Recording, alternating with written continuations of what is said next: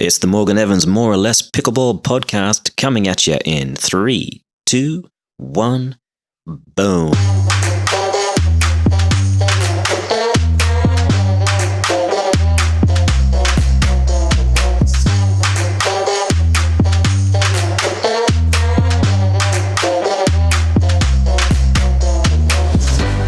My guest today didn't just walk into being a pro pickleball player. She fought tooth and nail to earn the title while still working as a full-time pharmacist.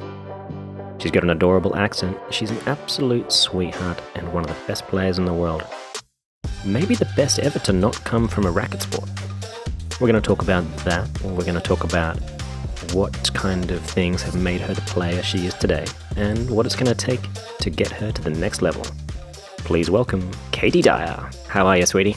Doing great, Morgan. How are you? It's a little warm out here. The desert was 110 today, so I'm not playing as much pickleball as I would like, but at least Riverside County has opened up, which means I'm able to play. That's wonderful. We've been quite limited on play here in Chattanooga, Tennessee. I live right outside of Chattanooga, and we had a tornado come through our area on Easter Sunday, and that caused some damage to our pickleball courts and the fencing. So we've been, along with coronavirus, unable to play because of the tornado damage. Oh, no. Yeah, so hopefully they'll get it back up in shape and we'll be back on the court soon, hopefully. In a typical week without viruses and tornadoes and any other kind of plague that might attack, how often do you typically play and train? So playing for me, I generally will play around 3 to 5 days a week. Obviously, it's been quite a bit more sparse than that recently, but generally I'll play around 3 to 5 days a week, maybe drilling one of those days. I have a ball machine that I use quite a bit that I drill with. Which one have you got? I have the Lobster. Oh, yeah.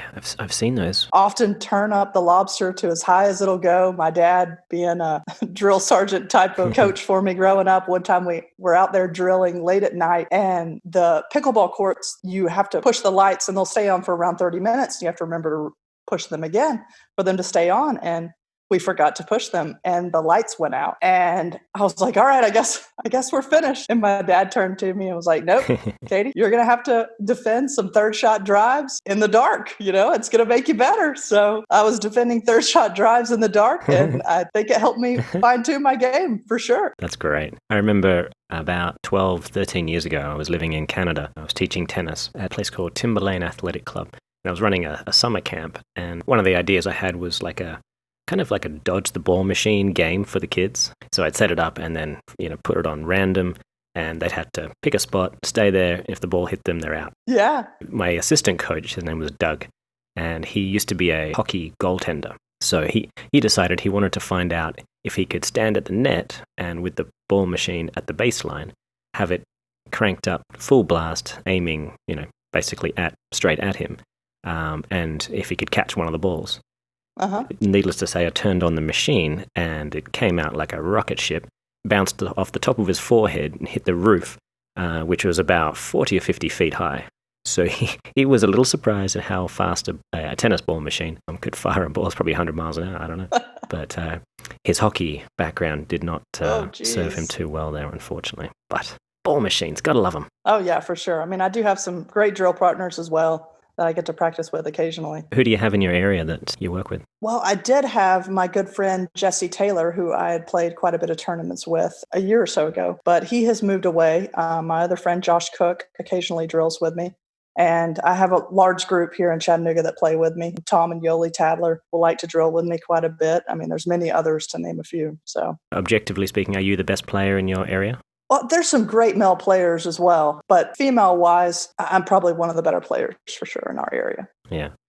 Do you find, being in that kind of role, that firstly you kind of have a bit of a responsibility to, help as many people as you can? Absolutely. But also, do you find you're still able to improve your game beyond just keeping in shape and keeping warm, keeping a good rhythm? Yeah, it definitely does hinder your progress for sure. I mean, I'm not going to deny that, but I have a lot of players that are willing to work with me and drill with me, and I love helping people. So in any way that I can, I love to help others with their game and, drill with different people, play with different people. I mean, I love it. Just meeting people in pickleball is really the greatest aspect and growing the sport.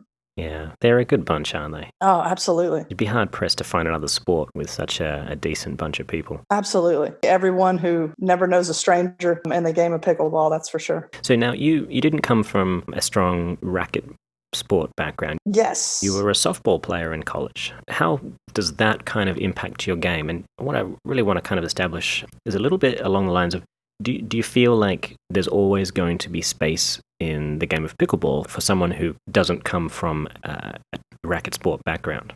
I do think there will always be a space for those that didn't come from racket sports. Now, will the racket sport players have a great advantage early on and just knowing all the technique, all the practice they've had in those very similar stroke styles? But I still do think that there is a great need for players that do not have a racket sport. You'll often hear players talk about how players who do not have a racket sport advantage, that they're very unorthodox and it's hard to read their shots. So you often find yourself dumbfounded at times playing against people that are a little more unorthodox than others. Yeah. You know, tennis players are tremendous, but I often find that I can read their shots much more easily. Yeah, definitely. Their technique is so perfect that oftentimes I find that you can read it more easily. It's the ones that are a little more unorthodox that are, gosh, where on earth are they hitting the ball? I thought you were going over here, that really catch you off guard and get your opponents off balance to create opportunities. I completely agree with you. I think having the kitchen line, where it is with such a short amount of time and space to react to someone's shot, if you're someone who can be a little sneaky, yes, I can't wait for some seriously good tennis players, and obviously we've got a lot of great tennis players, but someone like a Roger Federer or a Gaël Monfils or someone to pick it up and just to see, if they are able to, if and how quickly they're able to start to read some of these more unorthodox attacks. Correct. And I think that their reach as well for some of those players is really going to put pressure on opponents with their ability to reach balls and take balls out of the air that you never thought were even close to attackable. Yeah. I remember when I first started learning to play, Brian Ashworth was one of the guys that was in the group. Great guy. Yeah, everyone loves Brian. He's the guy. Yes. I couldn't, and I probably still don't know how to deal with his unorthodox, slippery stuff. There's corkscrews coming in and out. Oh, absolutely. Oh, it's a nightmare. Oh, it really is. And I still have bad dreams about playing that guy. And I think I've told him probably way too many times, I don't want to play you. I don't like playing you. Yeah. Oh, absolutely. There certainly are those types of players that you still just can't figure them out. You know it's coming, but you still can't figure it out. Yeah. You just know something bad is about to happen. Exactly. You have just enough time to wet yourself, and then you're... Very true, very true. You're looking in the wrong direction. Oh, well. Absolutely.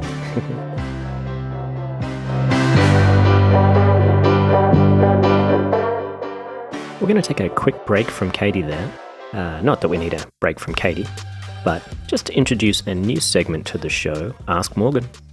This is where random questions were submitted online, and I'm going to do my best to field them. Wish me luck. The first question comes from Terry Hartley. He writes, I've heard you spread Vegemite on your paddle before playing. Is this true? Well, Terry, without giving away too many trade secrets, yes, it is 100% true.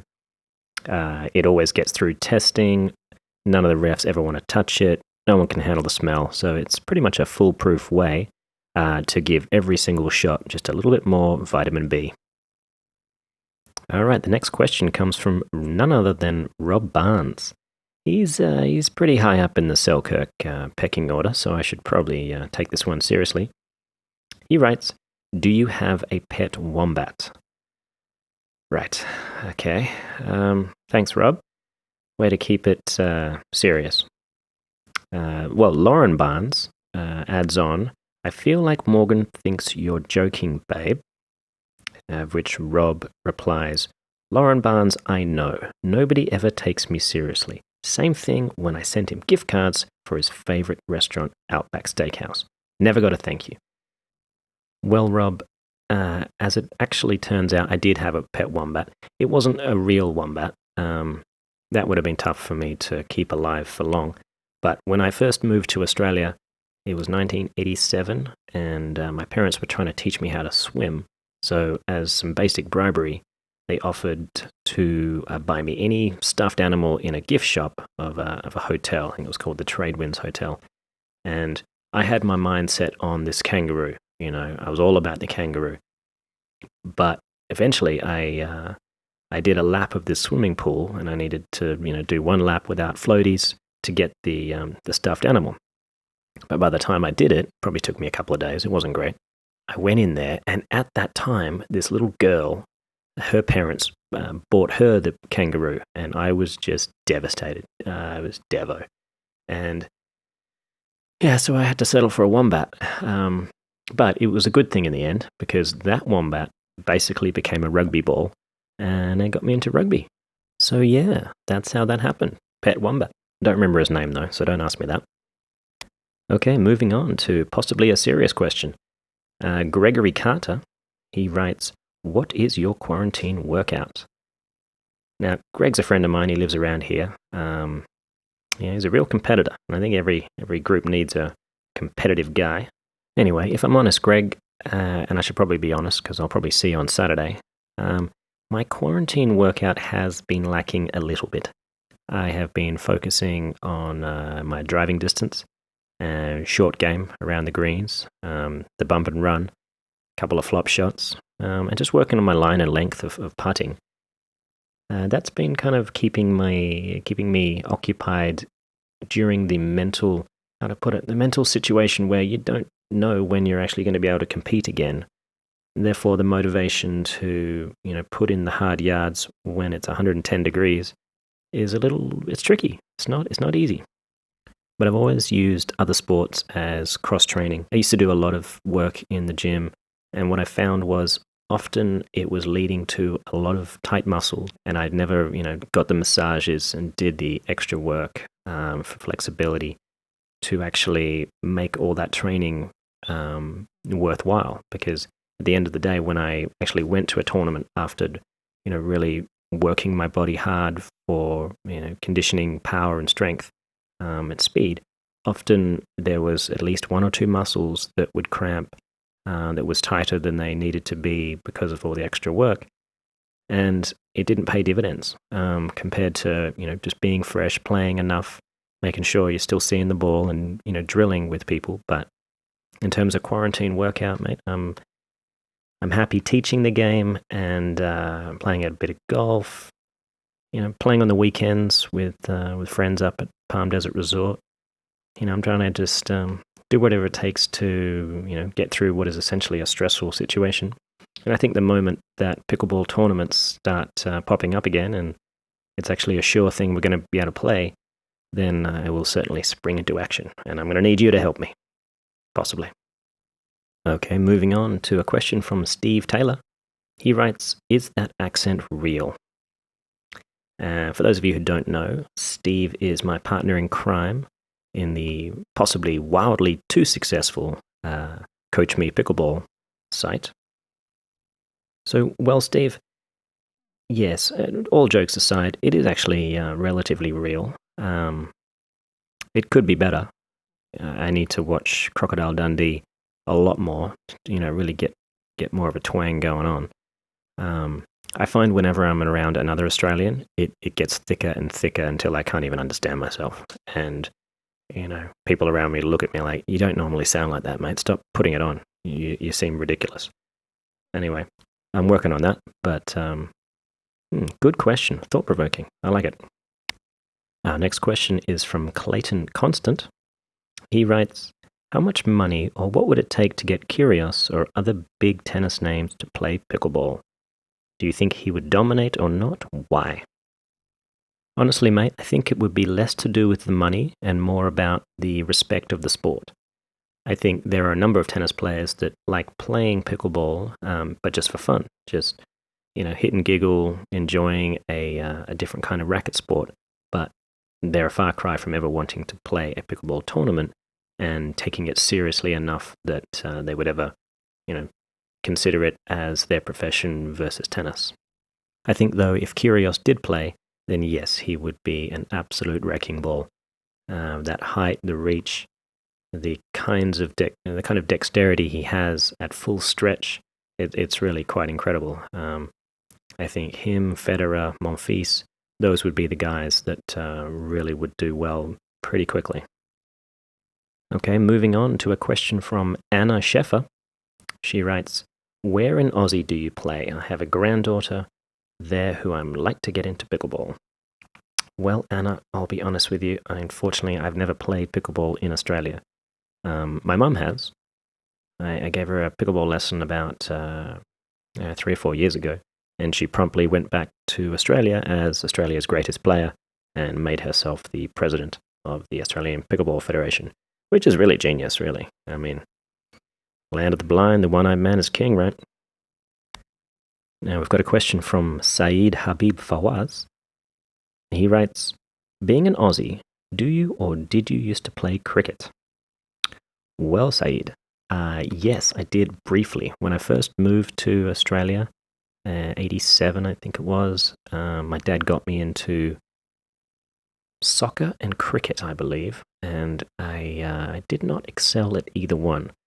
I found cricket to be a little too boring for me, and in soccer, I remember always being that kid that would kind of just hang out near the goals and hope that someone would see that I was really close to the goals, and if they just passed me the ball, it was a great chance. Obviously, as a 6-year-old, the nuances of the offside rule were lost on me, and either way, if I didn't suck at those things, I would not have been put into tennis lessons at a nearby resort. So that worked out nicely. And the last question comes from Leonard Young. Is anyone pushing pickleball to be an Olympic sport? That's a great question, Leonard. And I think the answer is yes. I believe that Seymour Rifkin, who is the head of the IPTPA, as well as a number of other high-level positions in the game of pickleball, he is really working at it, and that's great for everybody. It's going to take a little bit of time. It won't be an Olympic sport before it's a demonstration event. So the next time that the Olympics are held in America, we should be able to organize to get it as a demonstration event. That'd be nice. I'd love to play for Australia. I think I got a good chance to make the team, or at least a coach. I don't know. It's the timing of how long it's going to take is a question I get asked a lot. To get from where it is right now to a level whereby so many countries around the world have governing bodies, the kind of money involved can support it, really give it legs. And for television networks to want to play the sport, on their networks, on their dime, as opposed to pickleball's dime. Those kind of boxes need to be ticked before it's going to be considered as an official Olympic event. But, I always go back to there is or was at least an individual synchronized swimming event in the Olympics. So, yeah, it's our canary in the mine. Well, hopefully that was informative and at least mildly entertaining. I know I had fun. We'll definitely do it again.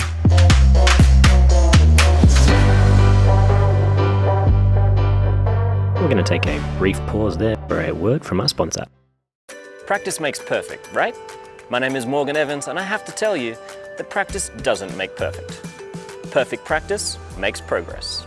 That's why we've created Coach Me Pickleball. At Coach Me Pickleball, you'll find an extensive and growing library of lessons on topics covering every aspect of pickleball for every level of player. For one small monthly fee, you'll get access to every video in our library, with new content added every month. Check out CoachMePickleball.com to sign up for a free 7-day membership.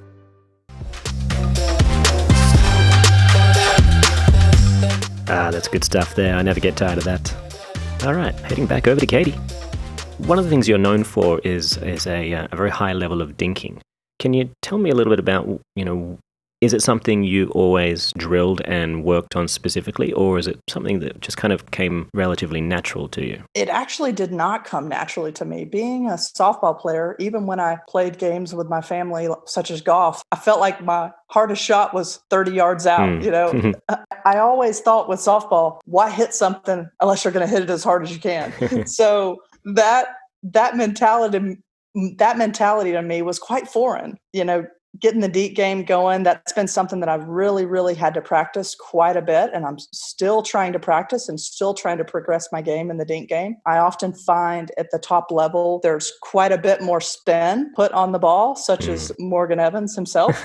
A lot of players are putting a lot more spin on the ball, hitting more offensive dinks. I think that's really becoming quite a bit of an advancement in the game. You don't really recognize it when you're watching players play, but there's often a lot of players that are hitting very aggressive dinks and really setting up their opportunities. Yeah. And sometimes you feel like you're playing defense. Even though it's a neutralized point, some players are just really, really great at it. And I've had to develop my craft in the dink game, and I'm still working on it constantly. Well, that's great. That's great. I think a lot of players, believe that once they have what's unanimously known as, a strong point or a strength in their game, they start to essentially just practice their weaknesses. Yes. And often that strength they had kind of gets left by the wayside to the point where it might no longer be a strength. It's a liability. I practice my serve. It's not like I go out there with baskets of ball, but every time I play a recreational game of pickleball, I'll make sure that a lot of the time I'm putting everything into it, because I never want it to be, I never want to, have that become a weakness. And you have a tremendous serve. Oh, you're very sweet. You really do. You have a great serve. You really push the players back and really keep them away from the kitchen line because of the topspin that you put on your serve and the way that you spin the ball and then create an additional amount of topspin on the ball. It really hinders players from progressing to the kitchen line and really can help set up the shake and bake as you know it. The shake and bake. God, those were the days. That's for sure. The all or nothing days. Absolutely. High risk, high reward. Exactly. High risk, high reward. I'm certainly a fan of playing a more offensive style, and it's often gets me into a bit of trouble. But I think if you're someone who has a decent drive, third shot or fifth shot drive, if it comes to that, then it's certainly worth having a good serve, because that's going to give you the opportunities for short returns that you can use your drive to capitalize upon. But absolutely. And those are quick, easy points. Yeah. I don't want to be out there all day. I got stuff to do. Yeah, you got places to be, people to see. Yeah, the bars are opening up in this county. I got places to go. I wish I had somewhere to be. No hot date for me anytime soon. But maybe one day. Maybe one day Morgan Evans will find me a man in pickleball. Maybe. All right. One of these days. Well, I feel like there's a segment coming on. Finding Katie's partner, something like that. Whatever you think. Yeah, don't mention too much. I might hold you to it, Morgan. All right. That's good. We could totally play a tournament together one day. Let's. Absolutely. If there's ever another pickleball tournament, we'll make. Yeah, exactly. We'll make it happen. If there is, we're gonna hold out hope that there will be. That's for sure. Yeah. I'm not even sure if nationals is going to happen. To be honest, I keep hearing. Yeah, I'm really hoping for the best. I know. I'm really, really hoping for the best, but. Yeah, it's a tough time to be alive. And as a pharmacist, I am kind of curious. You probably have a fairly unique perspective in terms of, exactly what it might take for a vaccine, any kind of cure, to be delivered to the world. What do you think? What do we need to do here? I do think it will be quite an amount of time before a vaccine is developed. I know there's a lot of perspectives, and you could debate that for quite some time, but my goal in mind is really, this is a very tragic time for humanity, I guess, not just the US, but for everyone. And all I can do as a pharmacist and to educate my patients, educate my family, my loved ones on taking every precaution that I can in this time. I mean, I had to talk to my mom and dad about how to practice hand hygiene, to teach them how to wash their hands properly, because they weren't doing it appropriately, and just educating them on that. And all I can do is take every precaution I can to protect my loved ones, protect my neighbors, protect my friends, my family that I love so much. And that's all I can do. At the end of the day, you do the best that you can, and you have to go on. You have to continue your life. Yeah. And it's tragic for those that have, lost loved ones, but all I can do is do the best that I can and not worry about that which I can't control as long as I'm taking every precaution that I can. Yeah. Do you think this was a freak breakout, or was this some kind of inevitability based on, our lack of knowledge about animal-borne viruses? Yeah, I mean, it's only a matter of time before something like this comes about. You hope that it won't be in your lifetime, but it's always been possible. You've seen movies contemplating something like this happening, and now you see that it has. It's become a reality. That which you think is not your reality now becomes your reality, and you hope that it wouldn't be in your lifetime. But I think everybody will learn from this and move on, and we can be better from it. This brings up a good point. I am wondering where Dustin Hoffman is in this whole thing. Exactly. He did such a good job in the original Outbreak. Oh, absolutely. Absolutely. I know. I watched a few of those movies while quarantined for a while, that's for sure. We've had an odd selection of TV shows. One of them, I don't know if you've ever seen it, but have you ever seen Last Man on Earth? No, I have not. It is eerie. It's a comedy show. Will Forte, a handful of people. And it is funny. They're 20-minute episodes, but it's based on the premise that in 2019, a virus basically wiped out the entire population except for one guy who decides to, hold up in Tucson. Wow. And he gets to the end of his rope and he's just about to off himself. And then a woman named Carol, who saw one of his signs around America. He went to everybody billboard and wrote "Alive in Tucson." He forgot to put his address, so it took her a lot longer to find him. But anyway, it starts like that, and it goes on for about 4 seasons, and it's how a small group of survivors from a virus in 2019 try to work it out. Wow. It's very funny, but eerie as well. I know, kind of eerie to watch things like that are foreshadowing of what is now. Yeah, especially if it's a comedy show. That's not supposed to be foreshadowing anyway. Yeah, exactly. Very much. Yeah, definitely not the case.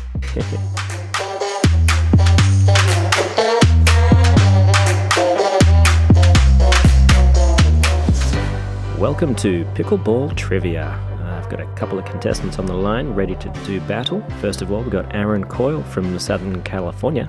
How you doing, Aaron? Living large. Good. How are you? Good, man. Now, so you're known as the Magic Man. Have you got any new tricks up your sleeve? Is that going to be enough to win today? Definitely, for sure.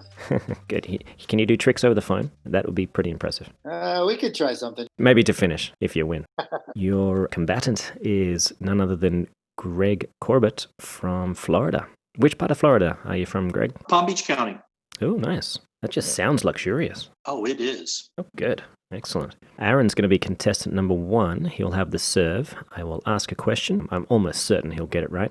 If he doesn't, though, then it will go over to you, Greg. You will have the serve and you'll get that point. The first person to get to 5 points is the winner, and they get bragging rights and just an incredible Selkirk gift voucher. Millions of dollars, I'd say. Don't tell him I said that, though, obviously. You both ready to do battle? Let's go. All right, here we go. I'll get my best announcing voice going. Aaron, question number 1.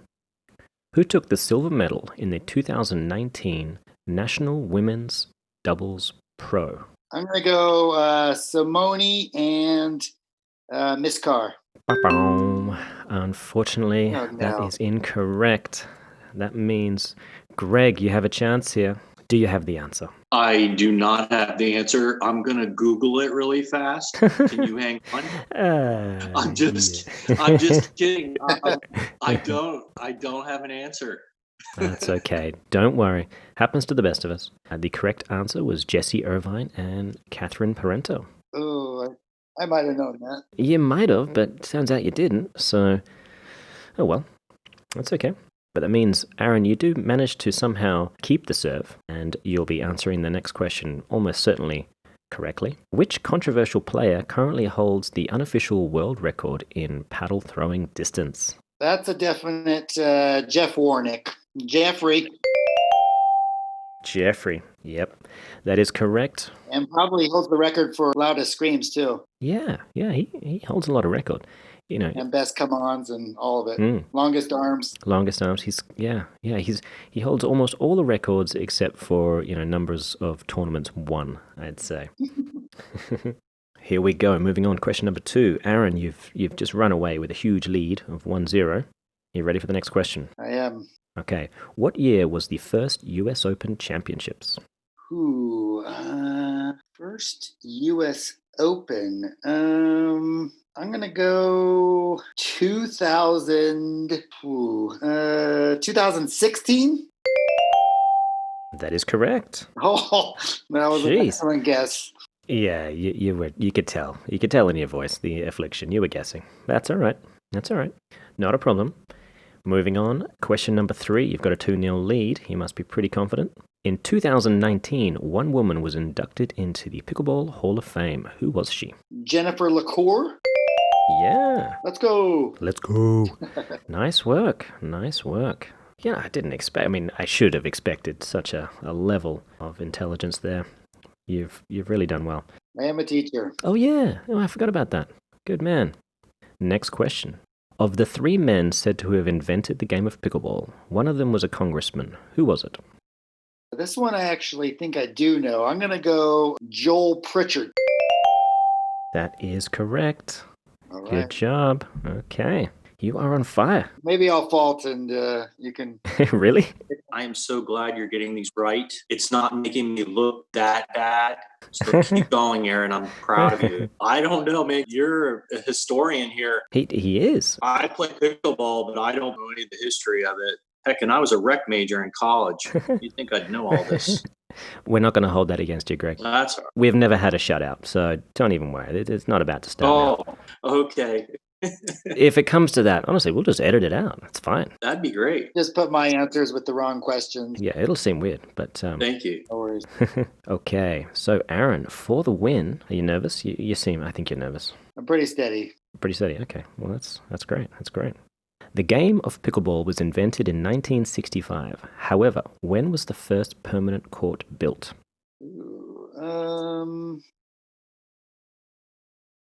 So it was invented in 1965, and we want to know when the first court was built. This is why we've never had a shutout.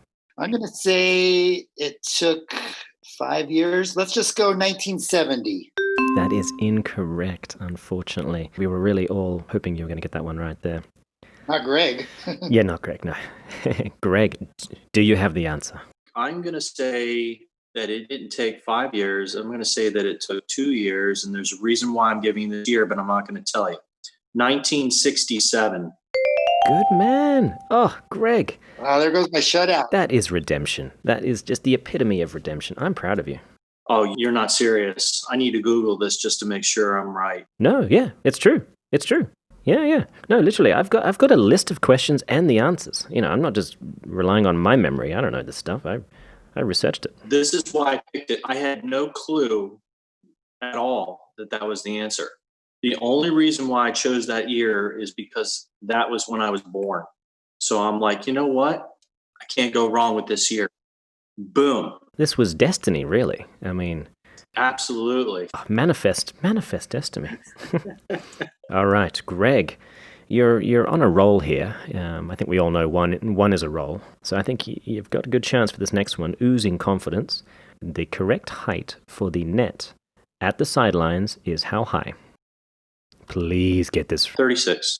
Oh, good man. Good. Well done, Greg. There was a pause there, and I got a little worried. Huh? But you came through. Thank you. Moving on. Your next question. Yoda refers to which famous pickleball player? Yoda? This is true. He does not use the Force. He uses hip surgeries to help him. If you know this. Is he senior? Oh, yeah. He's very senior. Okay. Pressure is on. I can't think of his name right now. You know what? I'm going to pass this on to Aaron. You never know. Aaron might not know this one. He seems to know a lot, though. It's almost scary. Yeah, it's concerning. All right, Aaron, for the win. Yoda refers to which famous pickleball player? I'm kind of embarrassed because I just talked to Rick about this on Saturday, but I'm getting him and his partner confused. But I'm going to go Mark Friedenberg. Is that who it is? That is correct. Congratulations. Greg, you didn't quite come away with a win, but if you want, we can just scrap this whole thing so the family, doesn't ever have to hear it. Oh. Good man. You're a good sport. That's right. Half the time during this particular time in our lives, all we can really do is try to give something for people to listen to, have a few laughs, keep pickleball relevant. And I think we've done that today. Appreciate it, Morgan. Thanks for what you do. Hey, no worries, man. My part's the easy part. You guys have to answer the questions. But I am curious, Aaron, you mentioned you could do some kind of magic trick over the phone. This would be the coolest thing ever happening over a phone. So what have you got for us? Come on. Oh, wow. Okay. I didn't think you would actually go for it, but we'll try something here. It does involve some math. So all right. If you're not that good at math, bring out your calculator. And okay, I will definitely do that. Pick a number between 1 and 10. Don't tell me what it is. Okay. And multiply that by 9. Okay. We're going to add those 2 digits together. So let's say your total was 23. You would add those, the 2 and the 3 together for 5. Okay. Okay. Yep. All right. You have that? I do. It's minus 5. Okay. And now you're going to correlate your number to a letter. So let's say if your number was 1, that would be A, 2, B, all the way Z, 26, and so on. So you're tracking with me so far? Gotcha. Yep. So far, so good. I want you to think of a country that starts with that letter. Okay. Now you're going to move 1 letter to the right in the alphabet. Okay. So if you were on A, you'd be on B now. And think of an animal that starts with that letter. Okay. And maybe a color that could go along with that animal. Okay. All right. I'm writing things down. All right. Very good. All right. So you have maybe a country and an animal and the color of that animal in your head. You have something down? Yep, I do. All right. The only problem is there's no gray elephants in Denmark. Oh, come on. Seriously? That's okay. I see what you've done there. I mean, I do and I don't. I'm going to give you credit. If you didn't win the quiz, I was going to give it to you for sure. All right. That's exactly what I had. Denmark, elephant, grey. Yeah, I guess there's not too many other D countries. Is there another D country? Not if you're counting Des Moines, but that's not a country. Or Duluth. Well, that's exciting. Everyone's going to do that on when they listen to this. So this could be your big break. You could come out. Yep. It's huge. Yep. Check out my Instagram. Hit me up. Yeah, that's right. He'll be here all week, folks. Good stuff. Well, thank you so much, Magic Man and Greg. Hope you're both staying safe, and we will see you on the court soon. All right. Thanks, Morgan. Yeah. Thank you. All right, guys. Take care. Cheers.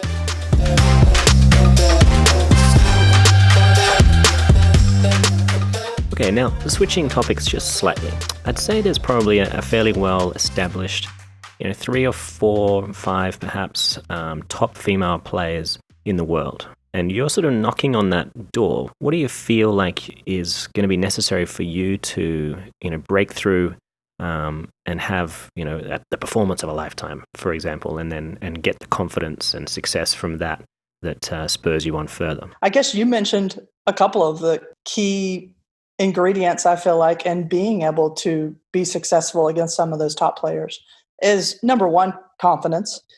Being confident in your shot selection, not being nervous on the court. You've got nothing to lose. On a lot of those occasions when you're playing against the Simones, Jardimes, the Lucy Kovalovas, the Lee Waters. I mean, all great friends of mine on and off the court as well. But playing against some of those top players, really just playing to your advantages, trying to play to their weaknesses, even though they don't seem to have much of any weaknesses. And also a lot of advice that I've gotten, not being nervous on the court. I play with Cassandra Gerke quite a bit. Oh, yeah. And we often turn to each other in the middle of a match when we notice that, things are getting tense. You may have missed a couple of shots. We turn to each other before a serve and say, smile, have fun. As much as you're relaxed, if you're relaxed on the court, you're going to play so much better. If you're having a great time, you're going to loosen your paddle grip. You're not going to have a tight paddle grip and pop up those shots. Those blocks tend to pop up quite a bit more when you're more tense. You're gripping your paddle more tightly. Yeah. A lot of those key ingredients to really be able to have a breakout performance. No, you're totally right. Trying to play loose on the court is obviously easier said than done. Very much so. And I think to a certain extent, it's just a matter of time. When someone starts playing the game, I remember when I first started, I didn't sleep. It was probably, about 10, 12 tournaments before I could get a decent night's sleep before game time. And likewise, me as well. And now I have to set my alarm to make sure I wake up. But it wasn't never like that. I used to maybe sleep to 2 a.m. and then I was awake. And, Yes. And I've decided, as opposed to not looking at the draw, I always look at the draw and I just mentally kind of think about, the first 2 matches or so and try to kind of run through what's likely going to happen and get to a more comfortable area mentally and emotionally about it. That usually lets me get back to sleep. Yeah. I found that I used to wake up in the middle of the night looking at the draw, and it would be nervous excitement, competitive nervous juices, excited to compete. And now I find I don't really look at it that much anymore. I mean, maybe in the morning when I wake up, I used to find myself at 4 a.m., checking out the draw.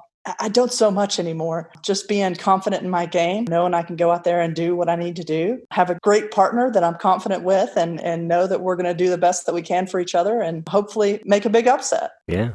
I think often it just takes that one win to get over they call it sometimes in the fight game, the happy to be here's. There's a lot of people that come up, and you're one of them. So you started off, you didn't, jump straight into 5-0. You played some 4-5 events early on, right?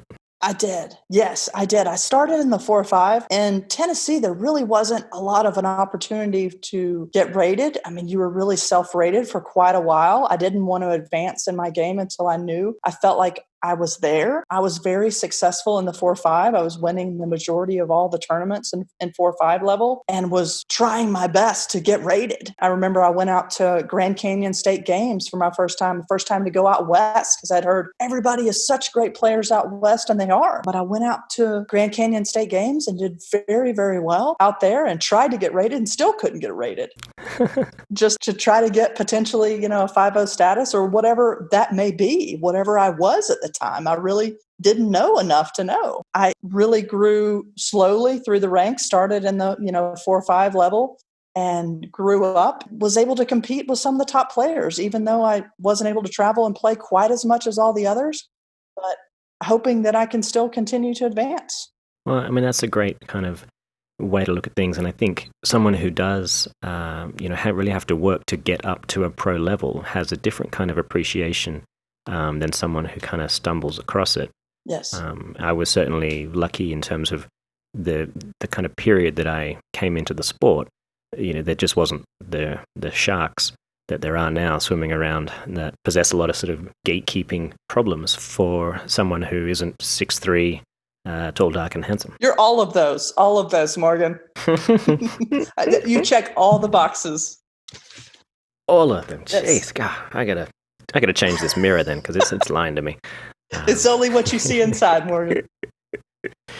Oh, that's nice. It's it's mostly blood and guts, really. But well, Katie, this has been far too much fun. We should totally do it again. Absolutely, no, I'd love to. Yeah, I mean, I can't wait to get back on the court and see my friends compete, have a great time. I mean, it's never a dull moment. I certainly enjoy being on the court. I think most people know that about me. I'm always going to have a good time no matter what. Well, if you get a free weekend, come out to the desert, and if you don't mind, fairly serious. I would love heat. to. One of my favorite places to play. That's for sure. I mean, my first nationals. Yeah, I mean, God. I went out there. Gosh, not this past December, or November, but the November before, and was able to do really well in my first year out there at nationals. So good. So you travel well. I like it. Not everyone travels well. Yeah, I certainly did. I was able to adjust pretty well to the California heat and loved every minute of it. Brilliant. That's great. Well, I'm afraid our time is almost up, but yeah, this was great. I think we got a lot covered. We've solved most of the world's problems. We've taken a look at pickleball, pharmacies. Yeah, thank you so much, Morgan. You're very welcome. When do you think things are going to start back up? What's your opinion on that? Ooh, hopefully before I'm a senior, or at least super senior. Yeah, honestly, I'd be, if I'm truthful, I'd be a little surprised if there's a major tournament this year. I think. Really? Yeah, I mean, I think they'll. Some places will be able to get away with some round robin stuff. Relatively small amounts of people with plenty of courts. Yeah, I'm just holding out for the hopes of nationals, but who knows? There was a threat of the U.S. Open tennis tournament coming to Indian Wells. Yes, I heard that around the same time, right? Yeah, around the same time, which would mean that the nationals wouldn't be able to be held at Indian Wells. But, as soon as I heard that, someone high up in the ranks quickly squashed it. So who knows? And I think everyone's just flying by the seat of their pants. I actually heard that same rumor through the grapevine, through the pickleball grapevine. Well, as soon as there is one, I'm sure I will see you. So that'll be good. Absolutely. Absolutely. Well, thank you so much, Morgan. I really, really appreciate it. You're very welcome. Thank you for joining us. I'll be sure to put you back on the list so we get you on again here soon. All right. That sounds great. Thanks, Morgan. Thank you so much, Katie. Take care. All right. We'll see you soon. Cheers. I'm Morgan Evans, and this has been More or Less Pickleball. This podcast is powered by Selkirk. I mean, of course it is. There's no way I could pull this off on my own. All we've got is me chasing a punk with a 3-iron. Well, at least you had a 3-iron. Anything would go a long way with a 3-iron. Yeah. I mean, the kid had a knife, but I thought, I've got the reach advantage here. Definitely got the 3-iron. Yeah. Should be okay. I mean, I know who's on top there. There's no doubt. There's no doubt you were on top. I think so. He didn't even want to compete. I was a little disappointed. He didn't even put up a good fight. No, he just ran like the wind. He was quick, though. I thought, maybe I'll get him into pickleball. Set him straight, set him on the right way. He might have had a little age advantage on you. Possibly. I still feel sprightly, ish. Anyway, we're using all the good stuff before we've even started.